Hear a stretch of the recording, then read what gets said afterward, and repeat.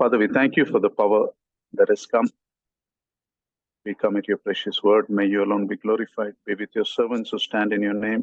Give us freedom in your spirit to share all that you want us to share. Lord Jesus' most precious name we pray. Amen.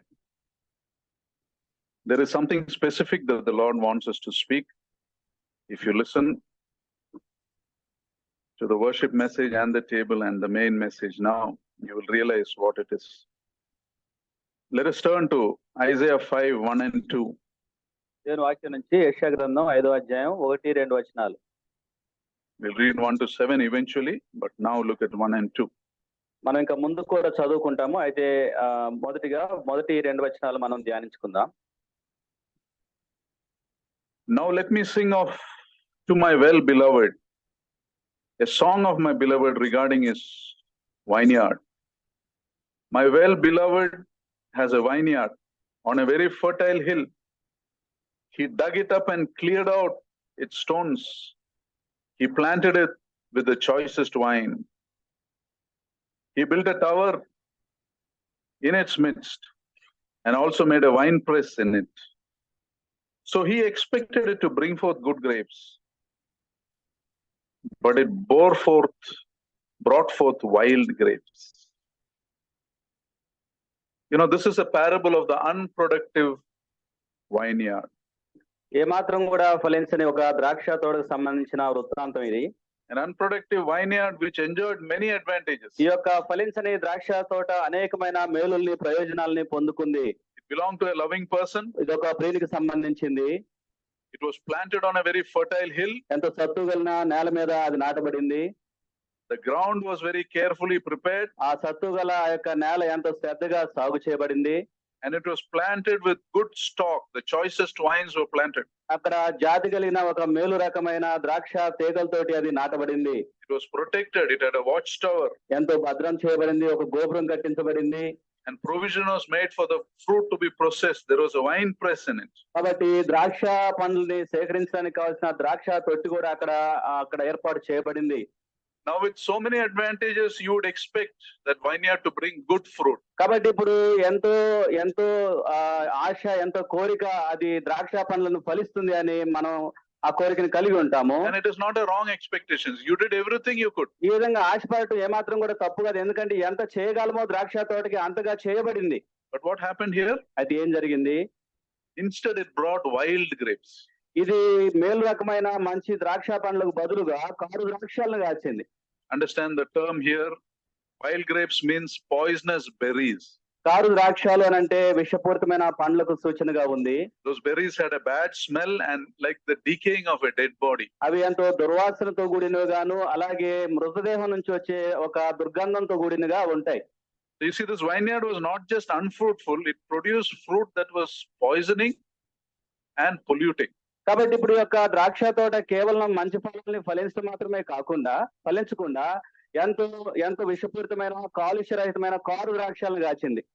Producing wild grapes means the vineyard produced just what it would have produced if nothing had done to it. ఈ ద్రాక్ష తోట car ద్రాక్షలు ఎలా కాచిందంటే అసలు దానికి ఏమీ పని చేయలేదు అన్నట్టుగా అది కాచింది. If you had done nothing to it, దానికి అసలు ఏమి చేయలేదు అన్నట్టుగా కాచిందంటే it means all the love, care, time, work done for it is wasted. దాని ఎడల చూపిన శ్రద్ధ, ప్రేమ, పని, ఆసక్తి మొత్తం వృధా అయిపోయింది. And the investment made was lost. దానికి పెట్టిన పెట్టుబడి అంతా కూడా నష్టం వాటిల్లింది. So what is this talking about? ఇదంతా కూడా దేని గురించి మాట్లాడుతుంది? Talking about people, right? ఇది మనుషుల గురించే మాట్లాడుతున్న వృత్తాంతం. There are many people like this. ఇటువంటి అనేకులు మన మధ్యలో ఉన్నారు. How much ever goodness we show to them, there is no positive change in them. వారి ఎడల మనం ఎంత మంచితనం చూపినప్పటికీ అనుకూలమైన మార్పులు వారిలో కనబడవు. And on top of it, some of them behave as if you did nothing to them. దానికి బదులుగా అసలు వాళ్ళకి ఏమీ చేయలేదు అన్నట్లుగా వాళ్ళు వ్యవహరిస్తూ ఉంటారు. You spend your time, you spend your effort, you spend your money. In the end, you get poisoned by them. నువ్వు సమయాన్ని గడుపు, వారికి నీ ప్రయత్నం అంతా పెట్టు, నీవు ఎంత చాకరీ చేసినా వాళ్ళు నీ ఎడల నీ పక్షపాతం కనబరుస్తారు. This is also a description of a self-willed person. ఇది ఒక ఆత్మ అపరాధం కలిగిన స్వయాపరాధం, selfish person. ఒక స్వార్థపరను గురించిన వృత్తాంతం ఇది. How much ever they hear God's word, how much ever they enjoy God's kindness in their life, they still live lives of disobedience. వారు తమ యొక్క జీవితంలో దేవుని స్వరం ఎంత విన్నప్పటికీ, దేవుని యొక్క కనికరం ఎంత పొందుకుంటున్నప్పటికీ, దేవునికి అవిధేయతతో కూడిన జీవితం వాళ్ళు జీవిస్తారు. They want things done their way only. వారి యొక్క ఇష్టానుసారంగా సంగతులను జరిగించుకోవాలని చూస్తూ ఉంటారు. They just take for granted God's provision in their lives as if it is their birthright. ఏదో దేవుడు వాళ్ళకి చేయాలి కాబట్టి దేవుడు చేశాడులే అన్నట్లుగా వాళ్ళు దేవుని యొక్క మేలుల్ని చూస్తూ ఉంటారు. Now this is not for someone else. This is to examine ourselves. ఇది ఎవరిని గురించిందో కాదు గాని మనల్ని మనం పరీక్షించుకోవడానికి కూర్చున్నది. Think of the privileges we enjoy. దేవుడు మనకి ఇచ్చిన ఆధిక్యతలు మనం అనుభవిస్తున్న వాటిని మనం ఆలోచిద్దాం. Think of the advantages we have and the opportunities we have today. మనం కలిగి ఉన్న ప్రయోజనాలు, మనం కలిగి ఉన్న అవకాశాల గురించి మనం We ఆలోచించేద్దాం. enjoy God's blessings, His provision, His protection, His love and His care.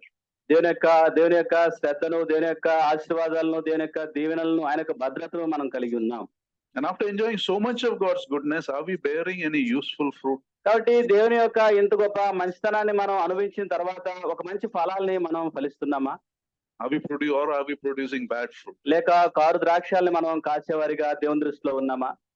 Remember, we produce bad fruit when we live lives of disobedience. మనం ఎప్పుడైతే అవిధేయతతో కూడిన జీవితం జీవిస్తామో అప్పుడు మనం కారు ద్రాక్షాలను ఫలించేవారిగా ఉంటాం. We produce bad fruit when we live selfishly for ourselves and for our families. మన కోసం, మన కుటుంబాల కోసం జీవిస్తున్నప్పుడు మనం కారు ద్రాక్షాలు కాచేవారిగా ఉంటాం. We produce bad fruit when we are always taking in God's blessings but never giving out to anyone. ఎల్లప్పుడూ దేవుని యొక్క దీవెనల్ని పొందుకుంటూ ఏమాత్రం కూడా ఇతరులకి పంచకపోతే నువ్వు కారు ద్రాక్షాలు కాచే వ్యక్తిగా ఉన్నావు. You're not being generous with God's things. దేవుని యొక్క విషయాలలో నువ్వు ధారాళంగా ఇచ్చే వ్యక్తిగా నువ్వు లేవు. I'm not saying this so that you will put offerings. I'm not telling it because of that. మీరేదో కానుకలు ఇవ్వాలని నేను ఈ విషయాల మీద చెప్పడం లేదు కానీ, In Peace and Joy, we never push anyone to put their offerings here. ఈ యొక్క సంఘంలో ఎవరిని కూడా కానుకలు ఇవ్వాలని బలవంతం చేయదు. But each one of us must be a generous person. అయితే మనలో ప్రతి ఒక్కరం కూడా మనం ధారాళంగా ఇచ్చేవారిగా ఉండాలి. We must be generous in helping the poor and needy. ఆ యొక్క పరిస్థితుల్లో ఉన్న పేదలకు ఇచ్చేవారిగా మనం ఉండాలి. We must be generous in investing in God's kingdom. దేవుని యొక్క రాజ్యంలో మనం పెట్టుబడి పెట్టడంలో ధారాళంగా ఇచ్చేవారమై ఉండాలి. And you need to make sure that you don't invest God's money in Satan's kingdom. అదే సమయంలో దేవుని యొక్క ధనమును సాతాను యొక్క రాజ్యంలో మనం పెట్టకూడదు. By giving in the wrong churches and the wrong ministries and in false teaching. దేవునికి లోబడని ఆ యొక్క అబద్ధ సంఘాలు, అబద్ధ బోధకుల దగ్గరికి మన యొక్క ధనాన్ని వెచ్చించకూడదు. Check if the ministry you're giving is genuine. That is your responsibility, not to blindly give. నువ్వు గుడ్డిగా కాదు గాని నువ్వు ఎక్కడైతే ఇస్తూ ఉన్నావో అవి యథార్థంగా ఉన్నాయో లేవో నువ్వు పరీక్ష చేయాలి. Some of the few things you must check is check the lifestyle of the leaders. ఆ యొక్క నాయకుల యొక్క జీవన విధానము, శైలి ఎలా ఉందో నువ్వు పరీక్షించాలి. Are they living simple and humble lives? వారు ఎంత దీనత్వంతో సాధారణమైన జీవితం జీవిస్తున్నారా? Are they people of integrity? ఆ యొక్క వ్యక్తులు యథార్థత కలిగిన వారిగా ఉన్నారా? Are they promoting godly leaders in their church or are they promoting their family members? అలాగే ఆ యొక్క సంఘంలో దైవికమైన వారిని వాళ్ళు ప్రోత్సహించే వారిగా ఉన్నారా, లేక కుటుంబంలో నుంచి మనుషుల్ని ప్రోత్సహించే వారిగా ఉన్నారా? When you worship there, do you enjoy the presence of God? నువ్వు ఆ యొక్క స్థలంలో ఆరాధిస్తున్నప్పుడు దేవుని యొక్క సన్నిధిని నువ్వు అనుభవిస్తున్నావా? Not an external with music and all that. The real presence of God in your life. బయట నుంచి వచ్చే బాహ్యమైన సంగీతాలు కాదు కానీ నీ యొక్క అంతరంగం నుంచి దేవుని యొక్క సన్నిధిని అనుభవిస్తున్నావా? Check these things out. ఈ యొక్క విషయాలు పరీక్షించుకోవాలి. Examine where you give. ఎక్కడ నువ్వు ఇస్తున్నావో అక్కడ నువ్వు పరీక్ష చేయాలి. Pray and ask for wisdom where to give. ప్రార్థించి ప్రభుని జ్ఞానం అడగాలి, ప్రభువా నేను ఎక్కడ నా యొక్క ధనమును వెచ్చించాలి అని. Otherwise you may be giving God's money into Satan's kingdom. లేదంటే దేవుని యొక్క మేలులతో వచ్చిన దాన్ని నువ్వు తీసుకెళ్లి సాతాను యొక్క రాజ్యంలో పెట్టే వ్యక్తివై ఉంటావు. And produce even more bad fruit. ఇక దానికంటే మరి ఎక్కువ కారు ద్రాక్షాలని ఫలించే వ్యక్తిగా ఉంటావు. Let's move further. Isaiah 5:3 and 4. 3-4 వచనాలు చూద్దాం. And now, O inhabitants of Jerusalem and men of Judah, judge please between me and my vineyard. What more could I have done to my vineyard that I have not done today? Why then, when I expected it to bring good grapes, did it bring forth wild grapes? Here God asks a question to Jerusalem and Judah. ఇక్కడ యెరూషలేము నివాసుల్ని, యూదా వారిని ప్రభు ఒక ప్రశ్న అడుగుతూ The ఉన్నారు. question is very simple. ప్రశ్న చాలా సాధారణమైంది. Judge me and my vineyard. Who is to blame? నా యొక్క ద్రాక్ష తోటకు నాకు న్యాయం తీర్చండి, ఎవరిని నిందించాలి అని ప్రభు అడుగుతూ ఉన్నాడు. Who is to blame for this harvest of wild grapes? ఈ యొక్క కారు ద్రాక్షలను కాచిన ఈ ఫలాలను బట్టి ఎవరిని నిందించాలి అని ప్రభు అడుగుతూ ఉన్నాడు. Is it the fault of the owner or is it the fault of the vineyard itself? ఇది ద్రాక్ష తోట యొక్క తప్పిదంగా ఎంచబడాలనా లేక యజమాని యొక్క తప్పిదంగా ఎంచబడాలనా? What more could I have done? I have done. ఇక ఎంతకంటే దీనికి నేనేం చేయగలను? He left nothing undone. He did all that he could do. దానికి ఎంత చేయగలడు అంత ఆయన చేశాడు. God cannot be blamed. దేవుడు ఏమాత్రం కూడా నిందించబడడు. He did all that he did. He sent his son, gave you the best in heaven, but gave you a free will to act as per your will. ఆయన తన యొక్క ఏకైక ప్రియ కుమారుని మన కొరకు ఇచ్చేశాడు. పరలోకం యొక్క శ్రేష్టత్వాన్ని మనకి ఇచ్చేశాడు. అయితే మన యొక్క స్వచ్ఛతానికి ఎంపికల్ని వదిలేశాడు. Now, in a physical sense, we can never blame a vineyard for lack of production, right? మనం బాహ్యంగా చూసినట్లయితే ఫలాలు లేని కారణాన్ని బట్టి ద్రాక్ష తోటని మనం నిందించలేము. A literal vineyard cannot do anything by it. ఎందుకంటే బాహ్యంగా చూసినట్లయితే ఒక ద్రాక్ష తోట ఏమి చేయలేదు. But spiritually, there is a free will of man. That is a major factor. అయితే ఆత్మీయంగా మనిషికి ఒక స్వచ్ఛత్వం అనేది ఇవ్వబడింది, స్వేచ్ఛ ఇవ్వబడింది. అది ఎంతో ప్రాముఖ్యమైన విషయం. And we got to depend on God's grace and grow in God's vineyard. కాబట్టి దేవుని యొక్క కృప మీద ఆధారపడుతూ దేవుని యొక్క ద్రాక్ష తోటలో మనం ఎదగాలి. We all have a choice to be either the fruitful vineyard or the worthless vineyard. ఆ యొక్క కారు ద్రాక్షాలు కాచే తోటగా ఉండాలనా లేక మంచి ఫలాలు కాచే తోటగా ఉండాలనా అన్న స్వేచ్ఛ ఎంపిక మనందరికి ఇవ్వబడింది. If you are not fruitful, you can never blame God. నువ్వు ఒకవేళ ఫలించే వ్యక్తిగా లేకపోతే నువ్వు ఏమాత్రం కూడా దేవుణ్ణి నిందించకూడదు. Let us turn to verses 5 and 6. 5-6 వచనాలు కూడా చూద్దాం. This is God's judgment on the unproductive vineyard. ఫలించని తోటను గురించి దేవుడు ప్రకటించిన తీర్పు ఈ వచనాల్లో ఉంది. And now please let me tell you what I will do to my vineyard. I will take away its hedge and it shall be burnt. I will break down its walls and it shall be trampled down. I will lay it waste. It shall not be pruned or dug. But there shall come up briars and thorns. I will also command the clouds that they rain no rain on it. Now, what is the owner of the vineyard going to do? All he can do now is stop the special protection. Anyway, you are not fruitful. Stop everything. కాబట్టి ఇప్పుడు ద్రాక్ష తోటకి యజమాని ఏం చేయబోతున్నాడంటే, నువ్వు ఎలాగూ ఫలించడం లేదు కాబట్టి నీకు ఇచ్చిన ఆ యొక్క సౌకర్యాలన్నింటినీ తీసివేస్తాను అని అంటున్నాడు. Remove the fence of protection. Stop the rains. It will become a wasteland. కాబట్టి నీ చుట్టూ ఉన్న కంచెను తీసివేస్తాను, నీకు రావాల్సిన యొక్క వర్షాన్ని ఆపివేస్తాను, నువ్వు ఒక వృధా అయిన నేలగా నువ్వు మారిపోతావు అని చెప్పాడు. And then we come to a kind of summing up in verse 7. 7వ వచనంలో కొంత క్లుప్తంగా చూస్తాం. For the vineyard of the Lord of hosts is the house of Israel, and the men of Judah are his pleasant plant. He looked for justice, but behold oppression, for righteousness, but behold a cry for help. From this we see the good fruit what God is looking in people, right? Two things are told. He looked for justice, he looked for righteousness. ఇక్కడ మనం చూస్తూ ఉన్నాం, 2 మంచి ఫలాల కోసం మనుషుల నుంచి దేవుడు ఆశిస్తూ ఉన్నాడు. ఆ 2 ఫలాలు ఏంటంటే నీతి, న్యాయము. And we see the bad fruit Israel produced. అలాగే ఇశ్రాయేలీలు అయితే కారు ద్రాక్షలు కాచడం మనం చూసాం. What was that? ఏంటా కారు ద్రాక్షలు? Oppression and injustice. అన్యాయము అలాగే బలాత్కారము వాళ్ళు ఫలించారు. You know, if God had done nothing in their lives, they would still have borne this fruit. అసలు వారి జీవితాలలో దేవుడు ఏది చేయలేదు అన్నట్లుగా వాళ్ళు వాటిని ఫలించారు. Because this is a fruit that those who don't know God produces. ఎందుకంటే అసలు దేవుణ్ణి ఏమాత్రం ఎరగని అన్యజనులు ఆ ఫలాలను ఫలిస్తారు. So all that God did was a waste. కాబట్టి దేవుడు వారి ఎడల జరిగించింది అంతా కూడా వృధా అయిపోయింది. A waste of effort, a waste of time, a waste of resources. ఆయన యొక్క సమయము, ఆయన ఇచ్చిన వనరులు, ఆయన చేసిన ప్రయత్నము అంతా కూడా వృధా అయిపోయింది. So how is it with us? మన విషయంలో ఇది ఎలా ఉంటుంది? We have enjoyed God's great goodness in our lives. దేవుని యొక్క గొప్ప మంచితనము మన జీవితంలో అనుభవిస్తూ ఉంటాం. How does God see us? దేవుడు మనల్ని ఎలా చూస్తూ ఉంటాడు? You know, one Bible teacher said like this, this passage that we read in Isaiah 5 is told as a parable. ఒక దైవజనుడు యొక్క యెషయా 5వ అధ్యాయంలో చెప్పబడిన మాటల్ని ఆయన ఒక ఉపమానంగా చెప్పాడు. It is a parable similar to what Nathan told King David when David sinned. ఈ యొక్క ఉపమానము దావీదు పాపం జరిగించినప్పుడు ప్రవక్త అయిన నాతాను ఆ యొక్క దావీదుతో చెప్పిన ఉపమానానికి పోలికగా ఉంది. What did Nathan say? అక్కడ నాతాను దావీదుతో ఏమని చెప్పాడు? He came to David and told the story of a rich man and a poor man. దావీదు దగ్గరకు వచ్చి ఒక గొప్ప ధనవంతుడి గురించి పేదవాని గురించి ఉపమానం చెప్పాడు. Rich man had lot of flocks, the poor man had one ewe lamb. ధనవంతుడి దగ్గర అనేక గొర్రెల మందలు ఉన్నాయి, కానీ పేదవాని దగ్గర కేవలం ఒక గొర్రె మాత్రమే ఉంది. But when a guest came to the rich man's house, he took that ewe lamb of the poor man and killed it. అయితే ధనవంతుడికి ఒక అతిథి వచ్చినప్పుడు ఆ ధనవంతుడు తన మందల నుంచి గొర్రెను తీయకుండా పేదవాని గొర్రెను తీసి ఆయన భోజనానికి సిద్ధపరిచాడు. When Nathan told the story, how does David react? నాతాను ఆ విషయాలు చెప్పినప్పుడు దావీదు ఎలా ప్రతిస్పందించాడు? He reacts in anger. He says, "Who is that man?" దావీదు కోపంతో అన్నాడు, ఎవరు ఈ కార్యం చేసిన వాడు ఎవరు అన్నాడు. And Nathan says, "You are that man." నాతాను అంటాడు, ఆ మనుషుడు నీవే. What guts, no? ఎంత గొప్ప ధైర్యము. And this parable talks of the vineyard in the same way. God tells of the vineyard, and the end we come to the point where it says, "Are you that vineyard?"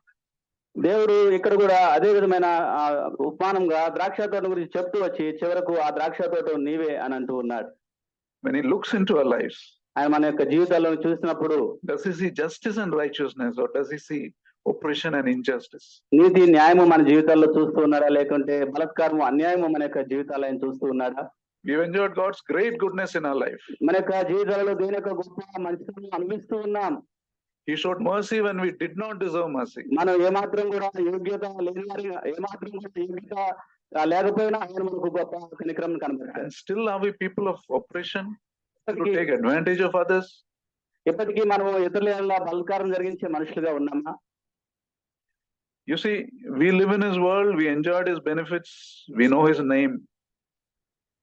మనం ఈ లోకంలో జీవిస్తూ ఉన్నాం, ఆయన యొక్క అనేకమైన మేలు పొందుకుంటూ ఉన్నాం, ఆయన యొక్క పేరుని నామాన్ని కలిగి ఉన్నాం. We know his rules and we even say we believe in him.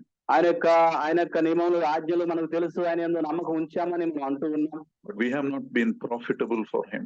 అయితే ఆయనకు మనం లాభకరముగా మేలుకరంగా లేము. Now you may have been smart in building things for yourself. నీకోసం ఈ లోకంలో నువ్వు నిర్మించుకునే విషయాల్లో నువ్వు జ్ఞానవంతుడిగా ఉండుండొచ్చు. But you have been unprofitable for him. అదే సమయంలో దేవునికి నువ్వు ఏమాత్రం కూడా లాభం లేని వ్యక్తిగా కూడా ఉండుండొచ్చు. If that is true, then we have wasted our life on earth. ఒకవేళ అదే నిజమైతే ఈ యొక్క లోకంలో మన యొక్క జీవితాన్ని మనం వృధా చేసుకుంటున్నాం. And how does a wasted life end? ఒక వృధా చేయబడిన జీవితం ఎలా ముగించబడుతుంది? We just read that in verse 5 to 7. 5 నుంచి 7 వచనాలు మనం చదువుకున్నాం. I will take away its fence of protection. ఆ యొక్క భద్రతతో కూడా నా కంచెను తీసివేస్తాను. It will not be pruned or dug.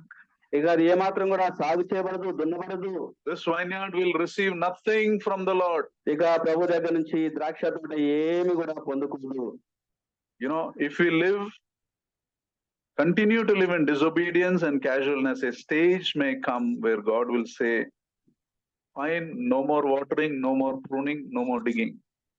అవిధేయతలో దేవునికి అవిధేయత కనబరుస్తూ అదే విధంగా కొనసాగుతూ ఉంటే ఒక కాలం వస్తుంది, ఒక సమయం వస్తుంది, అప్పుడు ప్రభు చెప్తాడు, ఇక నీకు ఏమాత్రం కూడా నేను ఎటువంటి సౌకర్యాలను ఇవ్వను, నీకు ఏమాత్రం కూడా సాగు చేయను అని చెప్తాడు. No more protection. ఏమాత్రం భద్రత ఇవ్వను అంటాడు. When we're going through disturbance in our life, we must ask a question: did I walk out of God's protection? జీవితంలో కలవరముల గుండా వెళ్తూ ఉన్నప్పుడు దేవుని యొక్క భద్రత నుంచి నేను వైదొలిగానా అని మనం ప్రశ్నించుకోవాలి. I will stop everything I've been doing for it till now. ఇప్పటి వరకు ఇచ్చిన ప్రతి దాన్ని నేను ఆపేస్తాను అంటున్నాడు ప్రభు. And then you will see for yourself how much you have lost in life. అప్పుడు నువ్వు నీ జీవితంలో నువ్వు కనుగొంటావు ఎంతగా నువ్వు నష్టపోయావు. Sometimes as believers, when we go through difficult times, the discipline of the Lord, we wish that it would stop, right? We wish that Lord will stop the pain. కొన్నిసార్లు మనం కొన్ని కఠినమైన పరిస్థితులు గుండా ఇబ్బందులు గుండా వెళ్తున్నప్పుడు ప్రభు దీన్ని ఆపివేస్తే బాగు అని మనం కోరుకుంటూ ఉంటాం. We wish stop the pruning, stop the digging. ఆ విధంగా మనల్ని సాగు చేయటము, ఆ విధంగా మనల్ని ఆ యొక్క తీగల్ని పనికిరాని తీగల్ని తీసివేయటము చాలు ఆపితే బాగు అనుకుంటాం మనం. Remember, those things may be very hard, but remember it will be much worse when the Lord stops doing things in your life. ఆ విధంగా ప్రభు మనల్ని సరిచేయటం ఎంతో ప్రాముఖ్యమైనది. ఎందుకంటే ఆయన కానీ మనల్ని సరిచేయకపోతే దాని యొక్క పర్యవసానాలు మరింత తీవ్రంగా ఉంటాయి. You know, the worst thing that can happen to a human being is to have God stop doing things in your life. ఒక వ్యక్తి యొక్క జీవితంలో గొప్ప అధ్వానమైన పరిస్థితి ఏంటంటే దేవుడు అతని జీవితంలో పని చేయటం ఆపు చేయుట. In Romans 1:21-24, it talks of a group of people in whose lives God stopped doing things. రోమా పత్రిక మొదటి అధ్యాయం 21 19 నుంచి 21 21 నుంచి 24 వచనాలలో మనుషుల జీవితాలలో దేవుడు పని చేయకపోతే ఆ జీవితాలు ఎలా ఉంటాయో అక్కడ మనకి చెప్పబడింది. See, it says, for although they knew God, they neither glorified him as God nor gave thanks to him. But their thinking became futile and their foolish hearts were darkened. Although they claimed to be wise, they became fools and exchanged the glory of the immortal God for images made to look like mortal man and birds and animals and reptiles. Therefore, verse 24, therefore God gave them over in their sinful desires of their hearts. You see, here we see in verse 24, therefore God gave them over. What does it mean?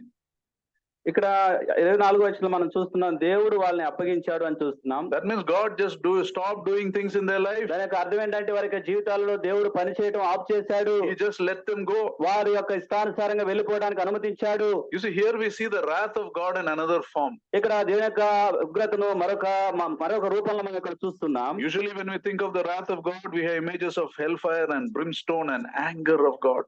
సహజంగా దేవుని యొక్క ఉగ్రత గురించి మాట్లాడుతూ ఉన్నప్పుడు దేవుని యొక్క కోపము, అగ్ని గంధకాలు కలిగిన అగ్ని గుండం అని మనం మాట్లాడుకుంటాం. We think of the punishment of God. దేవుని యొక్క శిక్షణ గురించి మనం మాట్లాడుకుంటాం. But in this passage we are given another image. అయితే ఇక్కడ దేవుని యొక్క ఉగ్రత మరొక విధంగా చూపించబడుతుంది. One aspect of God's wrath is his letting us go. మనుషుల్ని వారికి ఇష్టానుసారమైన మార్గాల్లో వెళ్ళిపోవడానికి అనుమతించడమే దేవుని యొక్క ఉగ్రతగా ఇక్కడ చూపించబడుతుంది. Because of their continuing wickedness, this unbelievably patient God gave up on them. వారి యొక్క అవిధేయతలు వారు కొనసాగటం వలన దేవుడు ఎంతో దీర్ఘశాంతం కలిగిన దేవుడు వారిని విడిచిపెట్టడం ఇక్కడ చూస్తాం. You want to live that way? You want to reject me? Okay. Live life as you want. మీరు నన్ను విడిచి ఆ మార్గాల్లో జీవించాలని మీరు అనుకుంటున్నా సరే, నీ ఇష్టానుసారమైన జీవితం నువ్వు జీవించు అంటాడు ప్రభు. This is the worst things, one of the worst things that can happen to a human being. కాబట్టి మానవులకు సంబంధించి ఎంతో నీచమైన పరిస్థితిగా ఇది ఉంటుంది. To have God give up on you. దేవుడు నిన్ను విడిచిపెట్టడం అనేది. Because after that there is no hope. ఎందుకంటే ఇక అటు తర్వాత నీకు ఎటువంటి నిరీక్షణ ఉండదు. For the thief on the cross, people gave up on him, but God didn't give up on him. శిలువ మీద ఉన్న దొంగ విషయంలో మనుషులకి ఎటువంటి నిరీక్షణ లేదు, కానీ దేవుడైతే అతన్ని విడిచిపెట్టలేదు. Therefore today he is rejoicing in eternity. కాబట్టి ఈ రోజున నిత్యత్వంలో యొక్క దొంగ ఎంతో సంతోషిస్తూ ఉన్నాడు. If you keep persisting in disobedience, a stage will come when God lets you go. A stage can come. నీ యొక్క అవిధేయతలో నువ్వు కొనసాగుతూ ఉన్నట్లయితే ఒక పరిస్థితి, ఒక సమయం వస్తుంది. ఆ సమయాన ప్రభు నిన్ను విడిచిపెడతాడు. Now what is the reason why we produce wild grapes? God has given us everything to produce good fruit. ప్రభు మనకి సమస్తము సమకూర్చినప్పటికీ కారు ద్రాక్షాలను ఫలించడానికి గల కారణాలు ఏంటి? The reason is very simple. యొక్క కారణం సాధారణమైంది. It is not Satan, it is our own will that is resists God. ఇది ఏమాత్రం కూడా సాతానికి మనం ఆపాదించము గానీ మన యొక్క స్వచిత్తం చేత దాన్ని తిరస్కరించడమే. We produce wild grapes because like the Israelites we are busy with the wrong priorities. ఇశ్రాయేలీయుల వలె కారు ద్రాక్షాలు మనం ఎందుకు కాస్తున్నామంటే తీరికలేని సమయం దొరకని జీవితాలు జీవిస్తున్నాం కాబట్టి. Too busy chasing the law, chasing the world. ఈ యొక్క లోకానుసారమైన విషయాలను మనం పరిగెడుతున్నాం. We are too busy living for ourselves. మన యొక్క అవసరాల కోసం జీవించడానికి మనం పరిగెడుతున్నాం. We are not even thinking what God desires from our lives. మన యొక్క జీవితాల నుంచి దేవుడు ఏది ఆశిస్తున్నాడో కూడా మనం ఆలోచన చేయడం లేదు. That behavior is making us oppressive people. ఆ యొక్క వ్యవహార శైలి మనల్ని బలత్కారం చేస్తుంది. That behavior is making us unjust people. ఆ ప్రవర్తన మనల్ని అన్యాయస్తులుగా చిత్రీకరిస్తుంది. But remember, as long as we are alive, we have this provision to change. అయితే మనం సజీవులుగా జీవించినంత కాలము మనకు ఒక అవకాశం అనేది ఉంది. We can start becoming fruitful even today. ఈ రోజున కూడా మనం ఫలించే వారిగా మార్పు చెందడానికి అవకాశం ఉంది. Provided you are serious about change. అయితే మనకు కావాల్సిందల్లా మనం ఆ విషయాల్లో ఆసక్తి కలిగిన వారమై ఉండాలి. For instance, this verses we saw two aspects of a fruitful life. ఈ యొక్క వచనాల్లో రెండు రకాలమైన ఫలింపులు మనం చూస్తూ ఉన్నాం. Righteousness and justice. నీతి అలాగే న్యాయం కలిగి ఉండుట. Let us examine how this should look in a believer's life. మన యొక్క విశ్వాసుల జీవితాలలో ఈ విషయాలు ఎలా కనిపించాలి? If you want to move over from fruitlessness, we got to desire these things in our life. మనం ఎప్పుడైతే ఫలించని ఆ స్థితి నుంచి బయటకు రావాలని కోరుకుంటామో అప్పుడు మనం ఈ యొక్క నీతి న్యాయం మనం కలిగి ఉండాలి. Let us look at righteousness. మొదటిగా నీతిని గురించి మనం I ధ్యానిద్దాం. looked for righteousness, God says. ప్రభు అంటాడు నేను నీతి కొరకు చూశాను అంటున్నాడు. What is righteousness? ఏంటి నీతి అంటే అర్థము? You see, righteousness is being in a right relationship with God. నీతి అనేది దేవునితో సరైన సంబంధం కలిగి ఉండటం.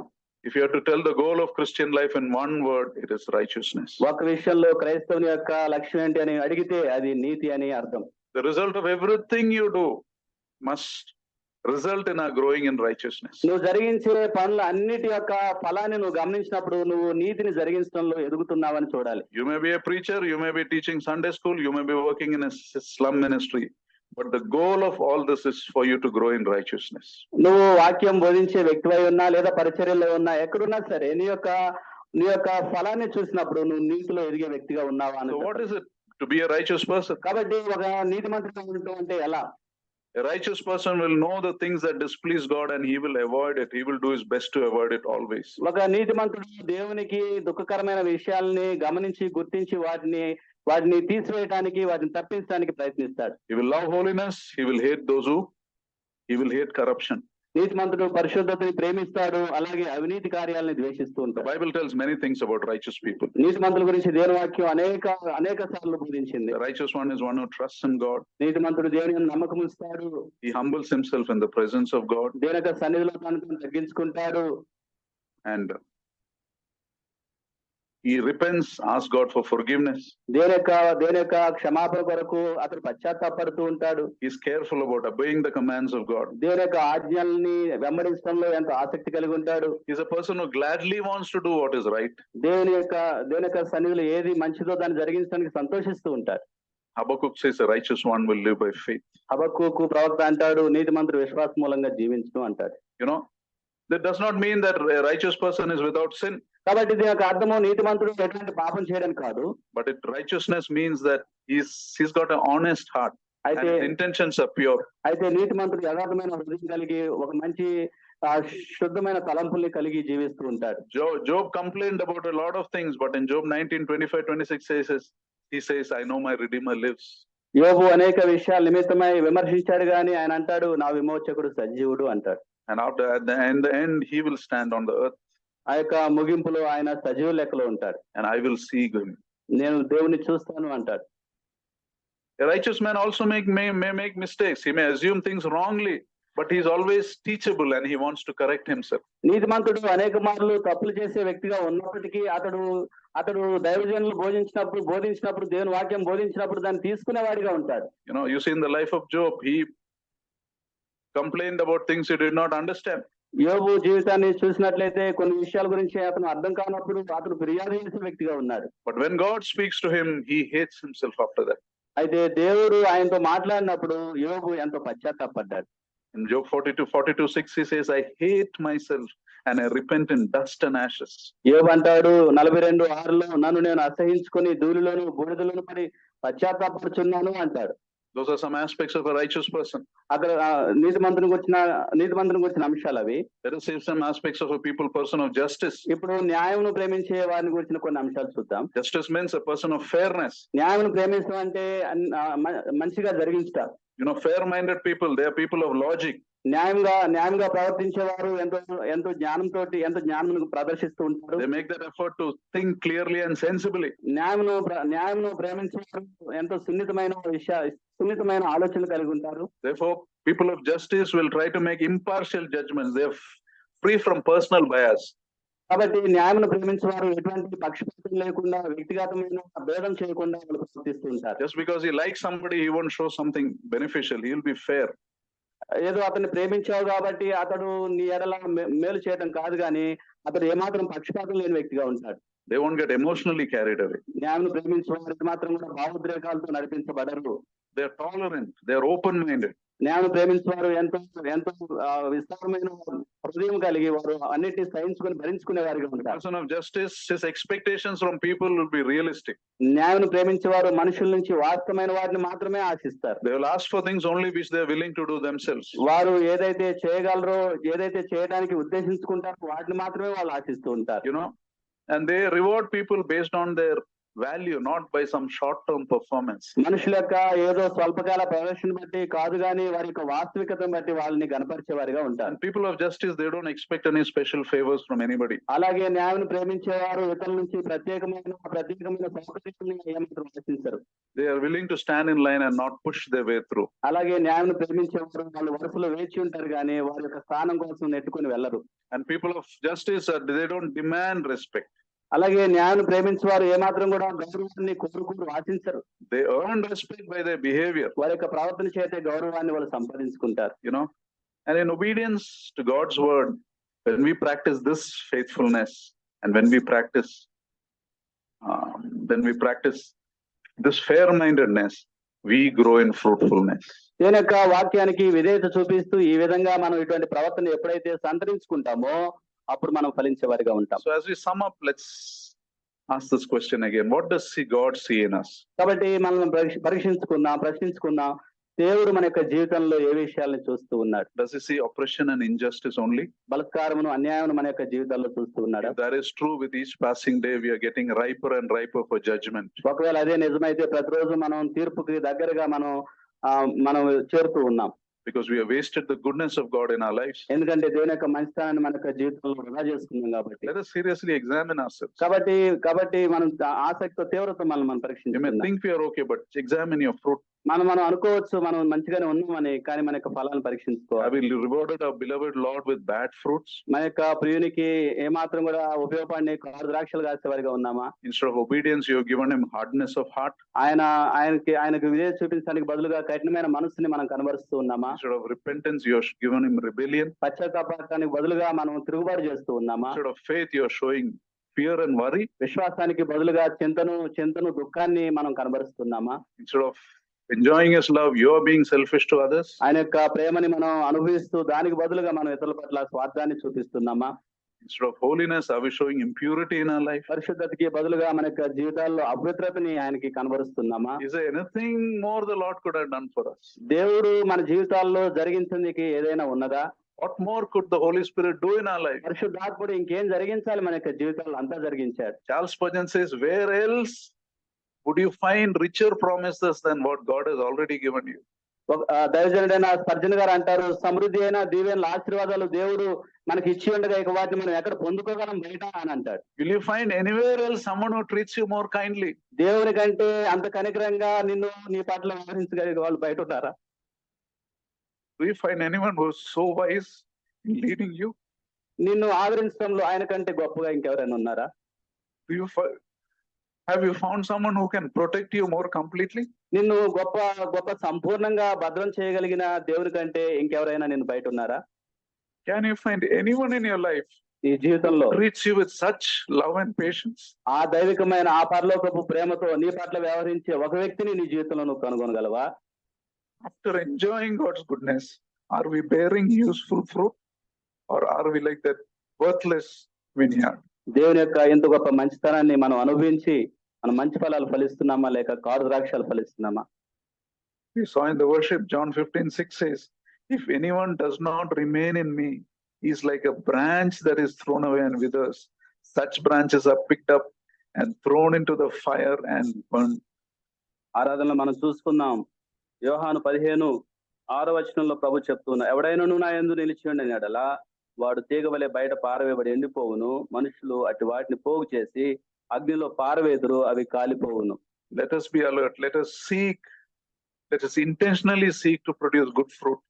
కాబట్టి మనం జాగ్రత్త కలిగి ఉన్నాం. మంచి ఫలాలను ఫలించడానికి ఒక లోతైన ఆసక్తి తీవ్రత మనం కలిగి ఉన్నాం. Not with ourselves. Now, God has given us families, people around us. We must be responsible in making them fruitful also. ప్రభు మనకి కుటుంబాన్ని మనకు బిడ్డల్ని ఇచ్చాడు కాబట్టి వాళ్ళను కూడా ఫలించేవారిగా చేయటం మన యొక్క బాధ్యత. Provided we are serious. It depends on our seriousness, nothing else. కావాల్సిందల్లా మనం ఆసక్తిని తీవ్రతని కనబరచడమే. It depends on the priority we give to things. ఈ యొక్క విషయాలు ఈ యొక్క సంగతులన్నీ కూడా మనం వేటికి ప్రాధాన్యతలు ఇస్తామో వాటి మీద ఆధారపడి ఉంటాయి. Remember, we can change today. ఈ రోజున మనం మార్పు చెందగలము. We can become fruitful even today. ఈ రోజునే మనం ఫలించగలము. Provided we are serious about changing. కావాల్సిందల్లా మనం ఆ యొక్క మార్పు చెందడంలో ఆసక్తి కలిగి ఉండాలి. Let us pray. ప్రార్థించుకుందాం. Let us close our eyes.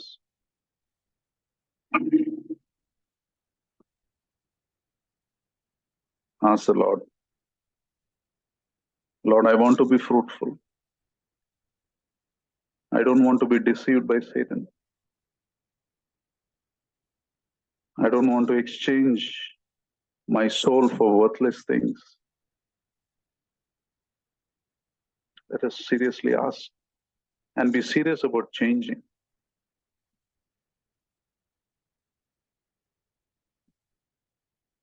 Father, forgive us, Master. Lead us in your ways. Today you have spoken to us so clearly about a fruitful life and a wasted life. Satan is waiting to exchange our souls. He's waiting to take us away from you. And how foolishly we cooperate with him. How foolishly we submit our flesh to him. We allow him to do whatever he wants. How foolishly our self cooperates with him. Lord, forgive us, Master. Cleanse us, Lord. Lead us to walk in fruitfulness from now on. Lead us to hunger and thirst for righteousness. May we be people of justice.